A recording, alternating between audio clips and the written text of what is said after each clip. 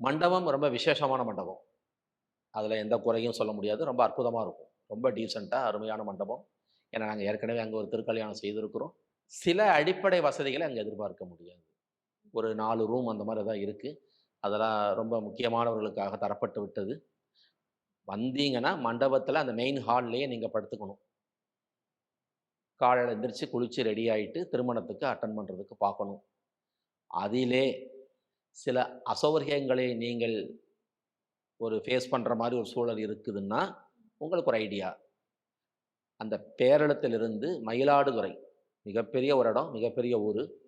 20 kilometre. ஜானவாசம் முடிச்சு இரவு 8 மணிக்கு மண்டபம் வந்து, சிற்றுண்டி எடுத்துவிட்டு, அழகா பெறப்பட்டு நீங்க என்ன செய்யலாம், மயிலாடுதுறையில போய் ஏதாவது விடுதிகளிலே தங்கிக் கொண்டு, ஒரு 20 நிமிஷம் போயிடலாம். ஒரு 8:30 மணிக்கு புறப்பட்டாலும் 9 மணிக்கு போயிடலாம். நைட்டு போய் ரெஸ்ட் எடுத்துட்டு, காலையில ஒரு 5:30க்கு புறப்பட்டாங்கன்னா, 6 மணிக்கெல்லாம் அழகா மண்டபம் வந்துரலாம். இதுல இன்னொன்னு சொல்றேன். அந்த நாள் ஒரு மிக விசேஷமான முகூர்த்த நாள்.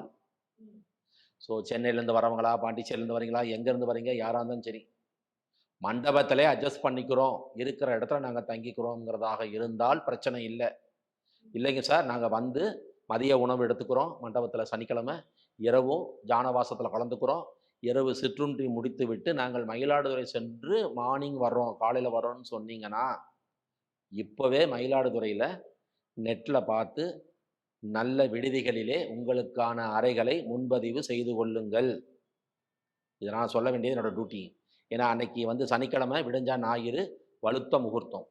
நிச்சயமாக நிறைய இடங்கள்ல எல்லா விடுதிகளிலும் அறைகள் எல்லாம் புக் ஆயிருக்கும்.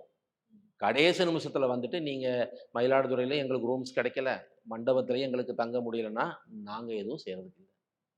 அது உங்களுடைய பொறுப்பு.